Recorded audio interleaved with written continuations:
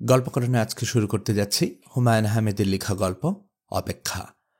অপেক্ষা গল্পটির জন্য রিকোয়েস্ট করেছেন কয়েকজন। পাশাপাশি রিসেন্টলি আমি একটা নাটক দেখেছি, নাটকটা ঘুমপড়ি নামে নাটক। তো ওই নাটকে বেশ কয়েকবার অপেক্ষা গল্পটির উল্লেখ করা হয়েছে। আমার এই গল্পটি পড়া হয়নি, আমার মনে হয়েছে যে এই গল্পটা পড়া উচিত। সেই প্রেক্ষাপট থেকে আমি এই গল্পটা পড়ছি। অপেক্ষা গল্পটা প্রথম প্রকাশ করা হয় 1997 সালে ডিসেম্বর মাসে, এবং সর্বশেষ প্রকাশ করা হয় আমি যে বইটা পড়ছি সেটার নভেম্বর 2012 সালে। গল্পটির প্রকাশক আসমা আরা বেগম, আফসার্স ব্রাদার্স, ঢাকা থেকে প্রকাশ করা হয়। আজকে প্রথম পর্ব।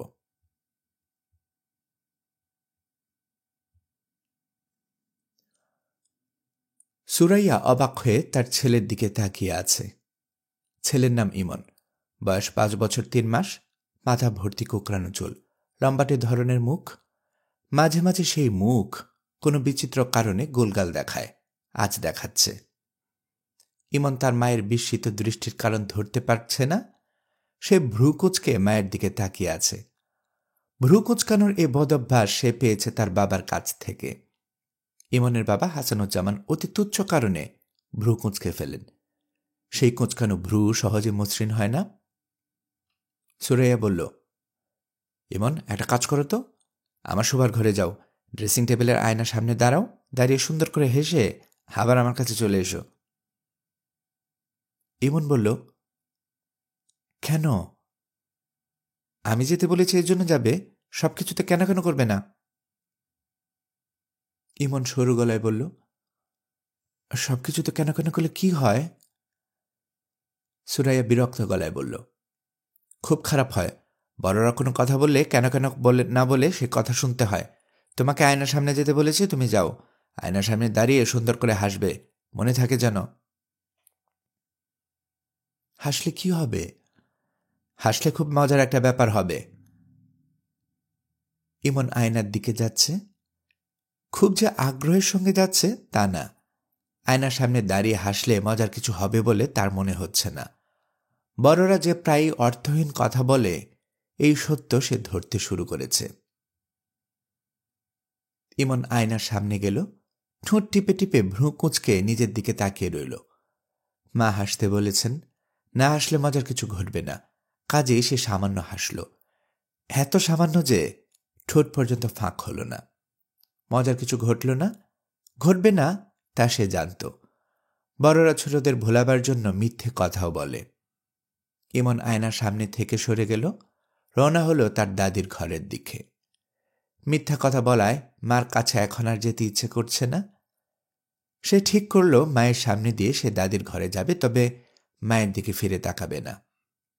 শুধু শুধু আয়নার সামনে দাঁড় করানোই মায়ের উপর তার রাগ লাগছে। সুরাইয়া মিথ্যা কথা বলেনি।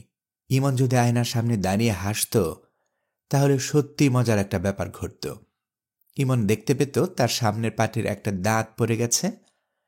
সামান্য একটা দাঁত পড়ে যাওয়ার জন্যে তার চেহারা পাল্টে গেছে, তাকে চেনা যাচ্ছে না। সুরাইয়া আগ্রহ নিয়ে বারান্দায় অপেক্ষা করছে, এই বুঝি ছেলের বিকট চিৎকার শোনা যাবে, মা, আমার দাঁত পড়ে গেছে, মা, আমার দাঁত পড়ে গেছে। সেরকম কিছুই হল না। ছেলেকে গম্ভীর ভঙ্গিতে বারান্দায় আসতে দেখা গেল। মা সামনে দিয়ে এসে যাচ্ছে, অথচ সে তার দিকে ফিরে তাকাচ্ছে না। সুরাইয়া ডাকল, হ্যাঁ বেটা, এই। ইমন মায়ের ডাক সম্পূর্ণ অগ্রাহ্য করে ঢুকে গেল দাদির ঘরে। সুরাইয়ার মনটা খারাপ হয়ে গেল। এই ছেলে কি পুরোপুরি তার বাবার মতো হতে যাচ্ছে? রোবট মানব, কোনো কিছুতে তার আগ্রহ নেই, কৌতূহল নেই, বিস্মিত হবার ক্ষমতাও নেই। প্রথম দাঁত পড়া যে কোনো শিশুর জন্য বিরাট রোমাঞ্চকর অভিজ্ঞতা, অথচ ইমন কেমন নির্বিকার। দাদির ঘরে ঢোকার আগে ইমন তার ছোট চাচার ঘরের সামনে দাঁড়ালো। ছোট চাচাকে তার বেশ ভালো লাগে। ছোট চাচা বড় মানুষ হলেও বড়দের মতো না। ছোট চাচার ঘরের দরজা খোলা। তিনি ইমনকে দেখে ডাকলেন, এই যে মিস্টার স্ট্রংম্যান, শুনে যা। ইমনের তখন তার ঘরে ঢুকতে ইচ্ছে করল না। সে রওনা হলো দাদির ঘরের দিকে। ইমনের ছোট চাচা ফিরোজ ঘর থেকে বের হলো। সুরাইয়ার কাছে গিয়ে হাই তুলতে তুলতে বলল, ভাবি, একটু চা খাও তো। ফিরোজের বেশ কদিন ধরে জ্বর চলছে। তার চোখ লাল, শেভ করছে না বলে খোঁচাখুচি দাড়িতে তাকে ভয়ঙ্কর লাগছে। অসুখ বিসুখ তাকে খুব কাবু করে। এই কদিনের জ্বরে সে শুকিয়ে চিমসা হয়ে গেছে। সুরাইয়া বলল, তোমার জ্বরের কি অবস্থা? জ্বরের অবস্থা জানি না ভাবি, আমার জ্বর বসন্ত হয়েছে বলে মনে হচ্ছে। গোটা শরীরে গোটা গোটা কি যেন উঠেছে। বলো কি, চিকেন পক্স হয়েছে? ফিরোজ হাসি মুখে বলল, হয়েছে, এবং আমি অত্যন্ত গুরুত্বপূর্ণ একটা সিদ্ধান্ত নিয়েছি। সেটাও জল বসন্তের মতোই ভয়াবহ। আমি পরীক্ষা দিচ্ছি না ভাবি। ড্রপ দিচ্ছ? ড্রপ টপ না, পড়াশোনার পাঠ শেষ করে দিলাম। এমএ পাস বেকার শুনতে খুব খারাপ লাগে, বিএ পাস বেকার শুনতে ততটা খারাপ লাগে না। আচ্ছা, শখানেক টাকা দিতে পারবে ভাবি? দিতে পারলে দাও। অসুখ নিয়ে কোথায় বের হবে? ফিরোজ গম্ভীর মুখে বলল, সব বন্ধুবান্ধবের বাসায় যাব। এমএ পরীক্ষা যে দিচ্ছি না এই খবরটা দেব এবং জল বসন্তের জীবাণু ডিস্ট্রিবিউট করে আসব। ওরা বুঝবে কত ধানে কত চাল। ভাবি শুনো, চা যা আনবে শুধু liquor, no milk, no sugar. আচ্ছা আচ্ছা থাক, চা লাগবে না।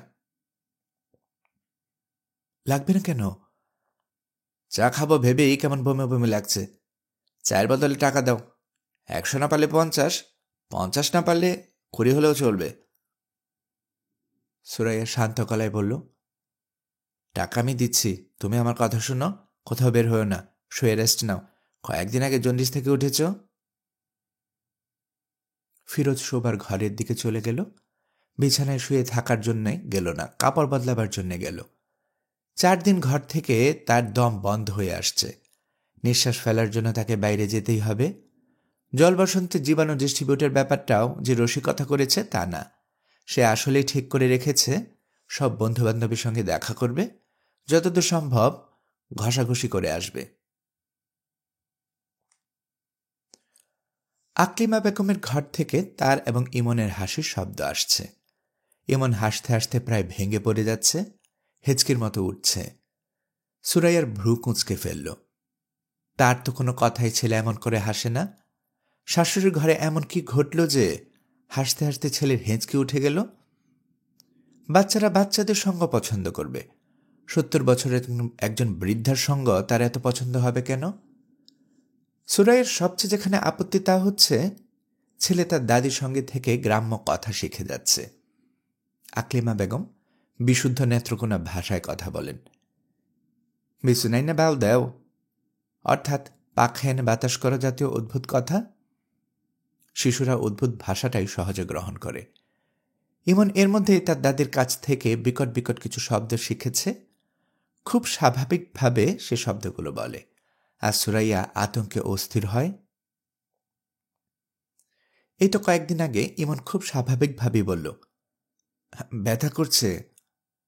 সুরাইয়া বলল, কোথায় ব্যথা করে? পেটে? ইমন বলল, না পেটে না। তাহলে কোথায়? ইমন ভ্রু কুঁচকে বলল, পুন্দে ব্যথা। সুরাইয়া হতভম্ব, পুন্দে ব্যথা মানে? এটা কোন ধরনের ভাষা? সুরাইয়া প্রায় কেঁদে ফেলার উপক্রম করল। এই ছেলে কি সব ভাষা শিখছে? ইমন সরু চোখে মার দিকে তাকিয়ে আছে।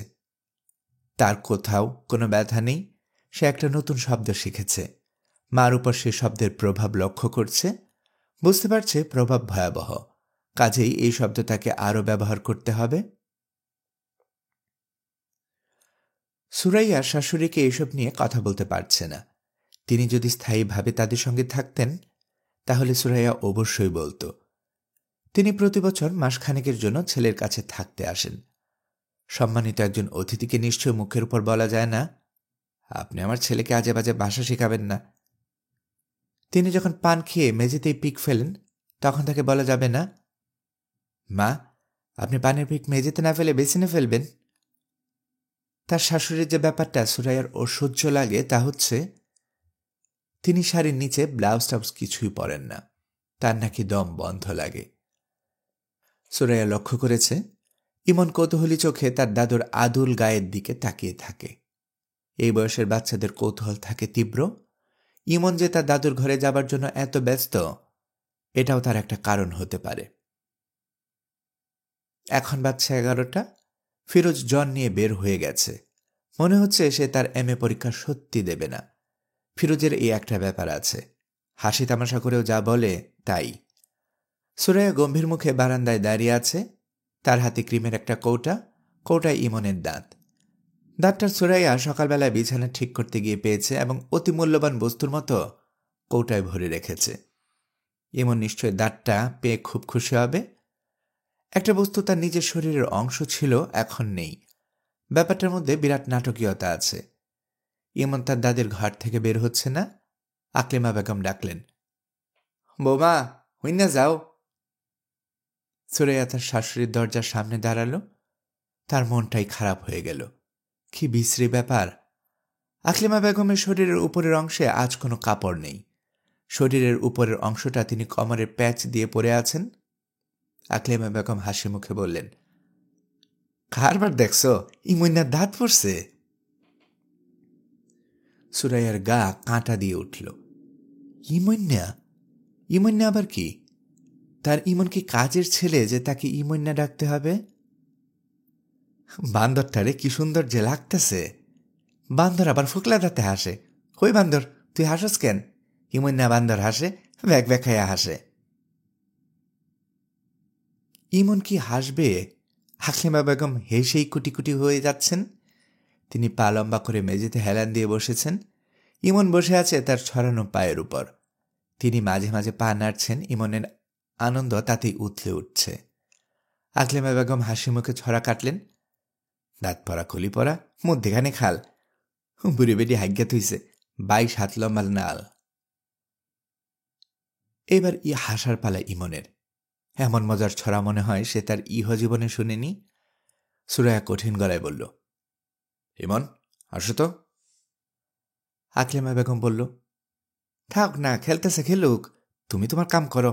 ওই মন্যা, দাঁতের ফাঁক দিয়ে সেফ ফেল দেখি। ইমন দাঁতের ফাঁক দিয়ে পিচ করে থুতু ফেলল। সেই থুতু পড়ল তার দাদির গায়ে। তিনি হেসে কুটি কুটি হচ্ছেন। তার নাতিও হেসে ভেঙে পড়ছে। আনন্দের আজ যেন বান ডেকেছে। সুরাইয়া তাকালো ছেলের দিকে। ছেলে চোখ বড় বড় করে মাকে দেখছে। সুরাইয়ার বুকের ভেতর হঠাৎ মুছড় দিয়ে উঠল। আহারে, ছেলেটাকে কি সুন্দর লাগছে! সত্যি সত্যি কাঁচা হলুদ গায়ের রং। সুরাইয়া নিজে এত ফর্সা না, তার বাবাও না। ছেলে এমন গায়ের রং পেল কোথায়? দাঁত পড়ায় ছেলের চেহারা আজ আরো সুন্দর হয়ে গেছে। দাঁত পড়া ছেলেটার অদ্ভুত মুখটায় ক্রমাগত চুমু খেতে ইচ্ছে করছে। শাশুড়ির পায়ের উপর থেকে ছেলেটাকে জোর করে ধরে নিয়ে এলে কেমন হয়? খুব ভালো হয়, কিন্তু সম্ভব না। সুরাইয়া চলে এলো। তার ইচ্ছে করছে ইমনের বাবার অফিসে একটা টেলিফোন করতে। টেলিফোন করাও সমস্যা, তাদের টেলিফোন নেই। বাড়িওয়ালার বাসা থেকে টেলিফোন করতে হয়। বাড়িওয়ালা বাসায় থাকলে কিছু বলেন না, কিন্তু তিনি বাসায় না থাকলে তার স্ত্রী খুব বাঁকাভাবে কিছু কথা শুনিয়ে দেয়। তাছাড়া কারণে অকারণে টেলিফোন করা ইমনের বাবা পছন্দ করে না। হাসানুজ্জামান অনেকবার বলেছে, এক্সট্রিম ইমার্জেন্সি ছাড়া টেলিফোন করবে না। আমার টেবিলে টেলিফোন থাকে না, বড় সাহেবের টেবিলে টেলিফোন। উনার সামনে এসে কথা বলতে হয়, উনি মুখের দিকে তাকিয়ে থাকেন, খুব অস্বস্তি লাগে। টেলিফোনে ইমনের বাবার সঙ্গে কথা বলতে সুরাইয়ার খুব ভালো লাগে। তার গলাটা টেলিফোনে সম্পূর্ণ অন্যরকম শোনা যায়, খুব আন্তরিক লাগে। মনে হয় গম্ভীর ধরনের একজন মানুষ মায়া মায়া ভাষায় কথা বলছে। সুরাইয়ার একটা ছেলে মানুষের স্বপ্ন হচ্ছে কোনো একদিন টেলিফোন তাদের বাসায় আসবে এবং সে তখন রোজ 1 ঘন্টা করে ইমনের বাবার সঙ্গে কথা বলবে। মানুষটা বিরক্ত হোক বা রাগ হোক, কিছু যায় আসে না, সে কথা বলবেই। ছেলের দাঁত পড়ে যাওয়া নিশ্চয়ই কোনো এক্সট্রিম ইমার্জেন্সি না। টেলিফোনে এই খবর দিলে ইমনের বাবা রেগে যাবার সম্ভাবনা আছে। তবে রাগটা সে প্রকাশ করবে না। যত রাগেই হোক, মায়া মায়া করে কথা বলবে। ফিরোজের জল বসন্তের একটা খবর দেওয়ার মতো খবর। সে MA পরীক্ষা দেবে না, এটাও বলা যেতে পারে। অনেক কিছুই তো আছে বলার মতো। অবশ্য আরেকটা অত্যন্ত গুরুত্বপূর্ণ খবর আছে, সেই খবরটা টেলিফোনে দেয়া যাবে না। সব খবর কি আর টেলিফোনে দেয়া যায়? সুরাইয়া টেলিফোন করা ঠিক করল। ভারী এবং রাগী গলার এক ভদ্রলোক টেলিফোন ধরলেন। কাকে চাই?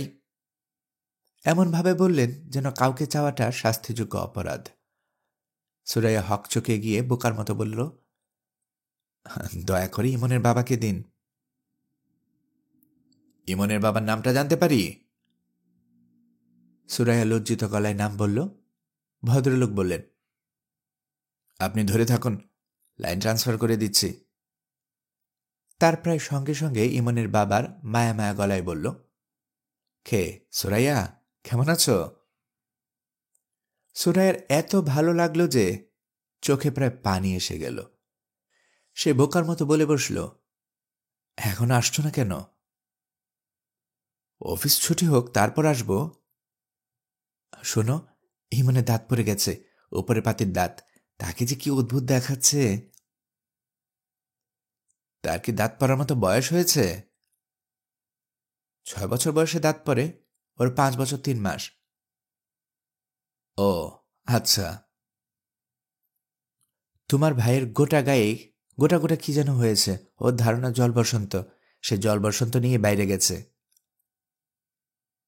ও আচ্ছা। আমাকে বলছিল সে নাকি এমএ পরীক্ষা দেবে না। নিশ্চয়ই ঠাট্টা করছে। আমার কাছে ঠাট্টা বলে মনে হয়নি। আচ্ছা শোনো, এই যে হঠাৎ করে টেলিফোন করলাম, রাগ করনি তো? না না, রাগ করবো কেন? টেলিফোন করাটা তো আর কোনো ক্রাইম না। তোমার বড় সাহেব, উনি কি তোমার দিকে তাকিয়ে আছেন? উনি তাকিয়ে থাকবেন কেন? টেলিফোন তো আমার টেবিলে, আমাকে টেলিফোন দিয়েছে। বলো কি, কবে দিয়েছে? গত সপ্তাহে। ডিরেক্ট লাইন না, পিবিএক্স লাইন। গত সপ্তাহে টেলিফোন দিয়েছে, তুমি আমাকে বলনি কেন? এটা কি বলার মতো কোনো ব্যাপার? অবশ্যই বলার মতো ব্যাপার। আশ্চর্য, তুমি এরকম কেন? আমাকে কিছুই বলছো না। আচ্ছা শোনো, তুমি আমাকে কার্ড ফোনের একটা কার্ড করিয়ে দেবে, আমি রোজ তোমাকে টেলিফোন করব। সুরাইয়া শুনল ইমনের বাবা হাসছে। আজ কিন্তু অনেকক্ষণ তোমার সঙ্গে কথা বলবো, তোমার কাজ থাকুক আর যাই থাকুক। সুরাইয়া, আজ 4টার সময় আমাদের একটা মিটিং আছে। আমাকে সেই মিটিংয়ের ফাইল তৈরি করতে হবে 3টার মধ্যে। কাজেই তোমাকে টেলিফোন রাখতে হবে এখন। সুরাইয়া দুঃখিত গলায় বলল, ও আচ্ছা। আমি এক কাজ করি, আজ সকাল সকাল চলে আসি। তারপর কোনো এক স্টুডিওতে গিয়ে ইমনের একটা ছবি তুলে রাখি। বড় হলে দেখলে মজা পাবে। আচ্ছা। সুরাইয়া, রাখি। ইমনের বাবা টেলিফোন রেখে দিল। সুরাইয়া তারপরেও বেশ কিছু সময় টেলিফোন ধরে কানে রাখল। পোঁপো শব্দ হচ্ছে। শব্দটা শুনতে এমন ভালো লাগছে। আর কাউকে কি টেলিফোন করা যায়? ছেলের দাঁত পড়েছে, এই খবরটা নিশ্চয়ই অন্যদের দেবার মতো। বড় ভাইজানকে কি খবরটা দেব? সুরাইয়া মনস্থির করতে পারছে না।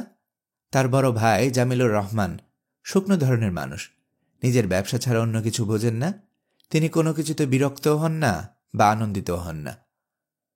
সুরাইয়া ভাইজানের বাড়িতে টেলিফোন করল। জামিলুর রহমান টেলিফোন ধরলেন এবং গম্ভীর গলায় হ্যালো বলার বদলে বললেন, কে? সুরাইয়া বললেন, ভাইজান, আমি সুরাইয়া। কি ব্যাপার? না কিছু না, এমনি খবর নেওয়ার জন্য টেলিফোন করলাম। আপনারা ভালো আছেন? হ্যাঁ। ভাবি ভাবি ভালো আছেন? হ্যাঁ। ইমনের আজ একটা দাঁত পড়েছে। ও আচ্ছা। মিতুর কি দাঁত পড়েছে? মিতুর বয়স তো ইমনের কাছাকাছি। ইমনের 2 মাসের ছোট। মিতুর দাঁত পড়েনি? জানি না তো। আপনার শরীর ভালো আছে ভাইজান? হুম। হজমের যে সমস্যা ছিল সেটা কি মিটেছে? না, আছে। সুরাইয়া, এখন রাখি, আমাকে একটু পড়ুন, ঢাকায় যেতে হবে। তোরা একদিন চলে আসিস, জামাইকে নিয়ে আসিস, তোর শাশুড়িকেও নিয়ে আসিস।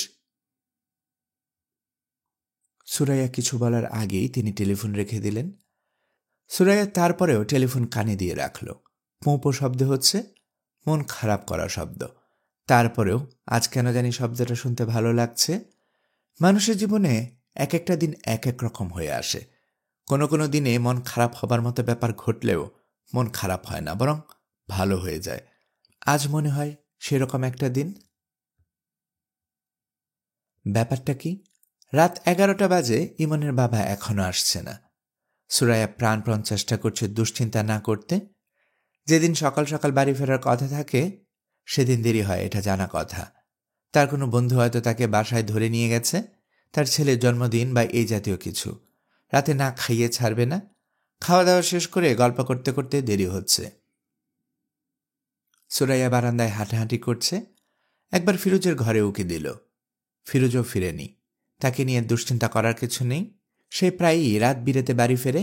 একবার ফিরেছিল রাত 3টায়। কিন্তু ইমনের বাবা তো কখনো দেরি করে না। সত্যিকারের কোনো বিপদ হয়নি তো?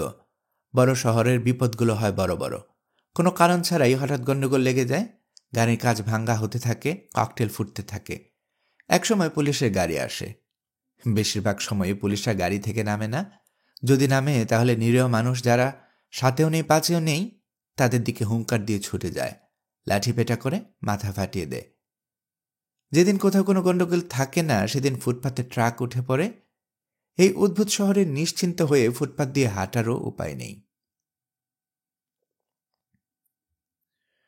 আজও কি শহরে কোনো গণ্ডগোল হচ্ছে? পত্রিকায় তো তেমন কিছু লেখে নেই। পত্রিকাটা অবশ্যই সুরাইয়ার ভালো মতো পড়া হয়নি। এখনও বারান্দায় বসে পত্রিকাটা পড়া যায়, এতে সময়টা কাটবে। সুরাইয়ার কেন যেন মনে হচ্ছে রাত 12টা বাজার সঙ্গে সঙ্গেই ইমনের বাবা আসবে। তার আবার যা মনে হয় তাই হয়। সুরাইয়া পত্রিকা নিয়ে বসল। রাত 12টা 5 পর্যন্ত সে পত্রিকা পড়ল। কেউ এলো না। সুরাইয়ার বমি বমি লাগছে। এই বমি উদ্বেগজনিত বমি না, এর কারণ ভিন্ন। তার শরীরে আরও একজন মানুষ বাস করছে। সে তার অস্তিত্ব জানান দিচ্ছে। মানুষটার কথা হাসানকে এখনো বলা হয়নি। আজ বলে ফেললে কেমন হয়? শুধু তার শাশুড়ি জানেন। ছেলের বাড়িতে পা দেবার কিছুক্ষণের মধ্যেই তিনি নিচু গলায় বললেন, হো বউ, তোমার কয় মাস? সুরাইয়া হতভম্ব। তার মাত্র 3 মাস চলছে। কারো কিছু বোঝার কথাই না। তিনি কি করে বুঝলেন? পুরনো দিনের মানুষদের চোখ এত তীক্ষ্ণ। আকলিমা বেগম ঘুমিয়ে পড়েছেন। তিনি জেগে থাকলে সুরাইয়া তার উদ্বেগের খানিকটা তার সঙ্গে ভাগাভাগি করতে পারত। তাকে তিনি ডেকে তুলবে না, আরও আধ ঘন্টা যাক। তাকে না জাগানোই ভালো। তিনি জেগে গেলে ঝামেলা করবেন, কান্নাকাটি শুরু করতে পারেন। এই বয়সের মানুষদের মাথা ঠিক থাকে না। আকলিমা বেগমের মাথায় একটু মনে হয় বেশি রকমের বেঠিক। তিনি রাতে ভাত খেয়েই ঘুমিয়ে পড়েন। রাত 1টা-1:30টার দিকে জেগে ওঠেন। শুরু হয় একা একা কথা বলা, বারান্দায় হাঁটা। মাঝে মধ্যে গানের মতো সুর করে কি জানি বলেন। শুনতে ভালো লাগে। প্রথমবার শুনে সুরাইয়া চমকে উঠে বলেছিল, আম্মা গান গাইছেন নাকি? হাসান বিরক্ত গলায় বললেন, গান গাইবে কেন? টেনে টেনে কথা বলছে। কথাগুলো কি বুঝতে পারছো? না। উনি কি সবসময় এরকম করেন, না আজই করছেন? প্রায়ই করেন। ফালতু আলাপ বন্ধ করে ঘুমানোর চেষ্টা করো তো। সুরাইয়া বারান্দায় বসে আছে। বারান্দা থেকে রাস্তা দেখা যায় না। বাড়িওয়ালা তার বাড়ির চারদিকে খুব উঁচু করে দেয়াল দিয়েছে। দেয়ালে আবার সুচালো লোহার শিক বসানো, যেন চোর দেয়াল টপকে ঢুকতে না পারে। গেট আছে, গেটে দারোয়ান নেই। সব ভাড়াটের কাছে একটা করে চাবি দেয়া। রাতে বেরোতে কেউ ফিরলে চাবি দিয়ে গেট খুলে ঢুকতে হয়। 3 তলার বাড়ির 1 তলায় 2জন ভাড়াটে থাকেন। 3 তলারও 2জন ভাড়াটে। 2 তলার সবটা নিয়ে থাকেন বাড়িওয়ালা। এদের কারোর সঙ্গে সুরাইয়ার কোনো যোগ নেই। যোগ থাকলে ভালো হতো। আজ এই বিপদের সময় এদের কারো কাছে ছুটে যাওয়া যেত। বিপদে তারা কি করতো না করতো সেটা পরের কথা। সুরাইয়াদের পাশের ডান দিকের ফ্ল্যাটে থাকেন আব্দুল মজিদ সাহেব। বেঁটে খাটো মানুষ, গোট্টাগাট্টা চেহারা। মুখে সব সময় পান। সকালে যখন ব্রিফকেস হাতে বের হন তখন ভুরভুর করে জর্দার গন্ধ পাওয়া যায়। সুরাইয়ের সঙ্গে দেখা হলে থমকে দাঁড়ান, অকারণে গলা খাকারি দেন, তার চোখের দৃষ্টি গা বেয়ে নামতে থাকে। ভয়ঙ্কর ব্যাপার। সুরাইয়ের কয়েকবারই ইচ্ছে করেছে বলে, আপনি এভাবে তাকান কেন? এভাবে তাকাবেন না। আমি নিতান্তই ভদ্র মেয়ে বলে কিছু বলছি না। কোনো একদিন কঠিন কোনো মেয়ের পালায় পড়বেন, সে উলের কাঁটা দিয়ে আপনার চোখ গেলে দেবে। বিপদ যত বড়ই হোক, আব্দুল মজিদ সাহেবের কাছে যাওয়া যাবে না। কোথাও কি টেলিফোন করা যায়? বাড়িওয়ালা সকাল সকাল ঘুমিয়ে পড়লেও তার ছোট মেয়েটা এবার এসএসসি পরীক্ষা দিচ্ছে, বলতে গেলে প্রায় সারা রাতই জেগে পড়ে। দরজায় ধাক্কা দিলে সে দরজা খুলে দেবে। কোথায় টেলিফোন করবে? ভাইজানের বাড়িতে? তাকে কি বলবে? ভাইজান 10টার ভেতরে ঘুমিয়ে পড়েন। একবার ঘুমিয়ে পড়লে তাকে জাগানো নিষেধ। ভয়ঙ্কর বিপদ এই কথা বললে তাকে হয়তো ডেকে দেবে। তিনি সব শুনে হাই তুলতে তুলতে বলবেন, এত রাতে কোথায় কুচ করবি? সকাল হোক। তাছাড়া পুরুষ মানুষ, এরা 1-2 রাত বাইরে থাকেই। অফিসে? অফিস কি কেউ এত রাত পর্যন্ত খোলা রাখে? হাসপাতালে? অ্যাক্সিডেন্ট করে কেউ হাসপাতালে ভর্তি হয়েছে কিনা জানতে চাওয়া। নাম হাসানুজ্জামান, বয়স 32, পরনে চেক ফুল শার্ট, খয়েরি প্যান্ট, পায়ে স্যান্ডেল, চোখে কালো ফ্রেমের চশমা, গায়ের রং ফর্সা, দেখতে সুন্দর, হালকা পাতলা। টেলিফোনে তার গলার স্বর খুব মিষ্টি। সুরাইয়া চমকে উঠল। ছি ছি, এসব সে কি ভাবছে? হাসপাতালের কথা মনে আসছে কেন? মানুষটা হাসপাতালে যাবে কেন? কুচিন্তা মনে আসা ঠিক না। যে চিন্তা মনে আসে তাই হয়। ভালো কোনো চিন্তা মনে আনতে হবে, সুন্দর কোনো চিন্তা। বৌমা, বারিন্দাত বসে আছো কেন? সুরাইয়া উঠে দাঁড়ালো। আকলিমা বেগমের ঘুম ভেঙেছে। তিনি বারান্দায় চলে এসেছেন।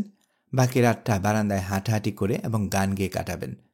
সুরাইয়া বলল, আম্মা, ও এখনো ফেরেনি। রাত কত হইছে? 2:05। রাত তো মেলা হইছে। জি। তুমি ভাত খাইছ? জি না। যাও, তুমি গিয়া ভাত খাও, চিন্তার কিছু নাই। পুরুষ মানুষ 2-1 রাত দেরি করেই। এটা নিয়ে চিন্তার কিছু নাই। বন্ধুবান্ধবের বাড়িতে গেছে, তাস খেলতেছে। ও তাস খেলে না মা।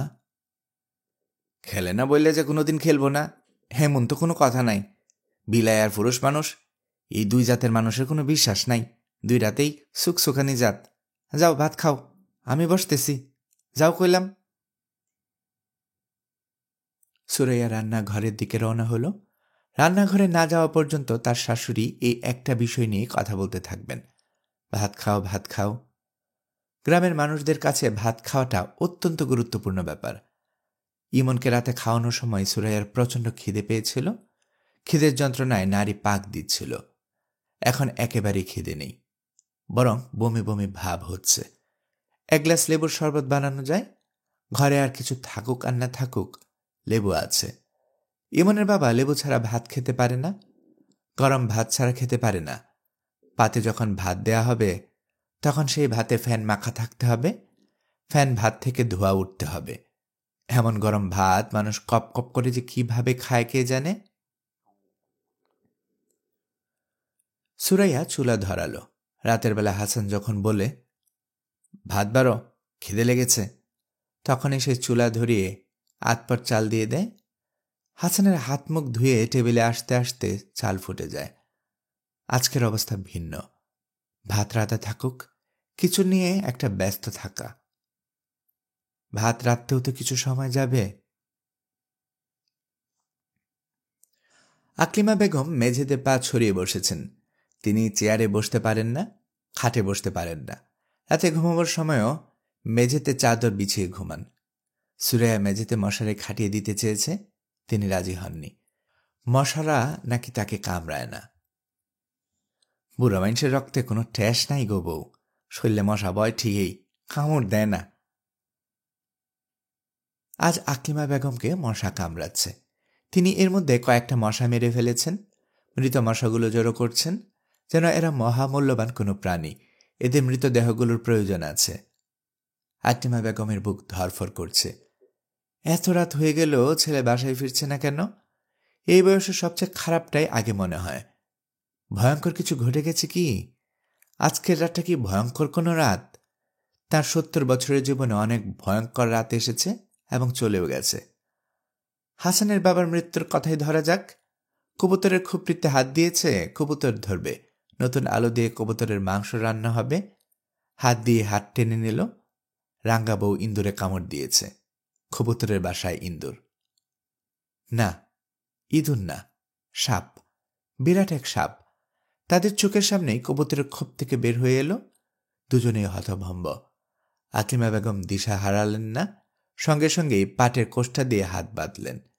ওঝা আনতে লোক পাঠালেন, কালা গরুর দুধে হাত ডুবিয়ে রাখলেন। সাদা বর্ণের দুধ যদি কালচে হয়ে যায় তাহলে বুঝতে হবে জীবনের আশা নেই। দুধ কালচে হলো না, আকলিমা বেগম আশায় বুক বাঁধলেন। ওঝা এসে পড়ল দুপুরের মধ্যে। ঘণ্টাখানিক ঝাড়ফুঁকের পর বাঁধন খোলা হলো। মানুষটা শান্তির নিঃশ্বাস ফেলে বলল, হাত জ্বলে যাইতেছিল, এখন ব্যথা কমছে। পানি খাবো বউ, পানি দাও, পানি আনো। পানি আনা হলো। পানির গ্লাস হাতে নিয়ে মুখে দেবার আগে লোকটা মারা গেল। এইসব কথা আকলিমা বেগম মনে করতে চান না, তবু মাঝে মধ্যেই মনে পড়ে। লোকটা পানি খেয়ে মরতে পারল না, ভরা গ্লাস হাতে নিয়ে ধরফর করে মরে গেল। এই দুঃখও কি কম? জগতের কোনো দুঃখই কম না। ছোট দুঃখ, বড় দুঃখ, সব দুঃখই সমান। আজ তার জন্য কি কোনো দুঃখ অপেক্ষা করছে? কে জানে। মন শক্ত করে রাখতে হবে। বাচ্চা বউটার দিকে তাকিয়ে মন শক্ত করতে হবে। বাচ্চা মানুষ দুঃখ পেয়ে অভ্যাস নেই। বউটাকে ভুলিয়ে ভালিয়ে রাত পার করতে পারলেই হয়। দিনের বেলা যে কোনো কষ্টই সহনীয় মনে হয়, রাতে ভিন্ন ব্যাপার। কিছু কিছু রাতকে এই জন্যে বলে কাল রাত। কাল দিন বলে কোনো কিছু নেই। এটাও একটা আশ্চর্য ব্যাপার। তিনি তার দীর্ঘ জীবনের অভিজ্ঞতায় দেখেছেন, নরম মেয়েগুলো কঠিন বিপদ সামাল দিতে পারে, শক্ত মেয়েগুলো পারে না, চিত হয়ে পড়ে যায়। এই শক্তের একটা গ্যারাম্য নাম আছে, চিত শক্ত। আম্মা, জানেন? আকলিমা বেগমের চায়ের কাপ হাতে নিলেন। শহরে এলে তার চা খাবার রোগ ধরে। বউটা এই ভয়ঙ্কর সময়েও চা বানিয়েছে, এটা ভালো লক্ষণ। মন শক্ত আছে, আসল বিপদ সামাল দিতে পারবে। বৌমা, ভাজা কয়টা? 2:25। রাত কাটতে বেশি দেরি নাই। তুমি ভাত খাইছ? তুমি ভাত খাও নাই, মিছা কথা বলছ। মুরব্বীর সাথে মিছা কথা বলা ঠিক না। যাই হোক, চেয়ার টান দিয়ে আমার সামনে বউ, তোমার লগে আলাপ আছে। সুরাইয়া চেয়ার টেনে বসল। কেন জানি তার হাত পা ঠান্ডা হয়ে আসছে। বৌমা, মন দিয়া হনো, আমি একটা গণা গুনতেছি। গণার মধ্যে পাইছি হাসান ভালো আছে। কাজেই মন খারাপ করবে না, সে আসবো সকালে। কি গণা গুনেছেন? সেইটা তুমি বুঝবে না। আমি পুরান কালের মানুষ, আমিও অনেক গণা জানি। আকলিমা বেগম কোনো গণা জানেন না। বাচ্চা মেয়েটার মন শান্ত করার জন্যে কিছু মিথ্যা কথা বলা, এই মিথ্যা বলার জন্যে তার পাপ হচ্ছে। আবার মেয়েটার মন শান্ত করার জন্য পুণ্য হচ্ছে। পাপ পুণ্যে কাটাকুটি হয়ে সমান সমান। ইমন জেগে উঠেছে, কাঁদছে। তাকে বাথরুমে করাতে হবে। সুরায়া ছেলের কাছে গেল। আকলিমা বেগম আরাম করে চায়ের কাপে চুমুক দিচ্ছেন। ছেলে ফিরছে না, এই দুশ্চিন্তা এখন আর তার মাথায় নেই। গনার ব্যাপারে যা বলেছে তার সবই মিথ্যে। বাচ্চা মেয়েটাকে শান্ত করার জন্য বলা। বউটা তাকে দেখতে না পারলেও তিনি তাকে খুবই পছন্দ করেন। মেয়েটার মনে দরদ আছে। স্বামীর জন্য সে খুবই ব্যস্ত। আকলিমা বেগমের ঘুম পাচ্ছে। তিনি বারান্দা থেকে উঠলেন। কিছুক্ষণ ঘুমালেও কাজ আসবে। সকালে কোনো ভয়ঙ্কর সংবাদ এসে উপস্থিত হয় কে জানে। ইমন বাথরুম করল, পানি খেল, সবকিছুই ঘুমের মধ্যে। সুরাইয়া তাকে বিছানায় শুইয়ে দিল। ঘুমের মধ্যে সে বিড়বিড় করে কথা বলছে, আবার মাঝে মধ্যে দাঁত কটখট করছে। পেটে কৃমি হয়েছে কি না কে জানে। যেভাবে চিনি খায় পেটে কৃমি হওয়া বিচিত্র না। সুরাইয়া ক্লান্ত গলায় বলল, ও বাবু, ও বাবু। ইমন ঘুমের মধ্যেই বলল, কি? তোমার বাবা এখনো আসছে না কেন গো বাবু? আমার খুব অস্থির লাগছে গো সোনা। ইমন আবারও বলল, হুম। আর তখনই বারান্দায় রাখা পানির বালতি থেকে পায়ে পানি ঢালা শব্দ হলো। এই শব্দ সুরাইয়ার পরিচিত শব্দ। ইমনের বাবা বাইরে থেকে এলেই প্রথমে যে কাজটা করে, বালতি থেকে পানি নিয়ে পায়ে ঢালে। তার জন্য বালতি ভরা পানি এবং একটা মগ বারান্দায় রাখা থাকে। সুরাইয়ার শরীর ঝিমঝিম করছে। ছুটে গিয়ে যে দেখবে সেই শক্তিও তার নেই। বারান্দায় যেতে ভয় লাগছে। গিয়ে যদি দেখে সে না, ইমনের দাদি নামাজের ওযু করছেন। রাত বিরাতে ওযু করার অভ্যাস তার। নামাজের জন্য ওযু করবেন, তারপর নামাজ পড়তে ভুলে যাবেন। সুরাইয়া উঠল, বারান্দায় এসে দাঁড়াল। ইমনের বাবা না, ফিরোজ বালতি থেকে পানি নিয়ে পায়ে ঢালছে। ফিরোজ বলল, কি হয়েছে ভাবি, এভাবে তাকিয়ে আছো কেন? সুরাইয়া জবাব দিতে পারল না। তার মাথা ঘুরে গেল। সে হাত বাড়িয়ে দেয়াল ধরতে চেষ্টা করল, ধরতে পারল না। ফিরোজ ছুটে এসে ধরে ফেলার আগেই মেঝেতে পড়ে গেল সে।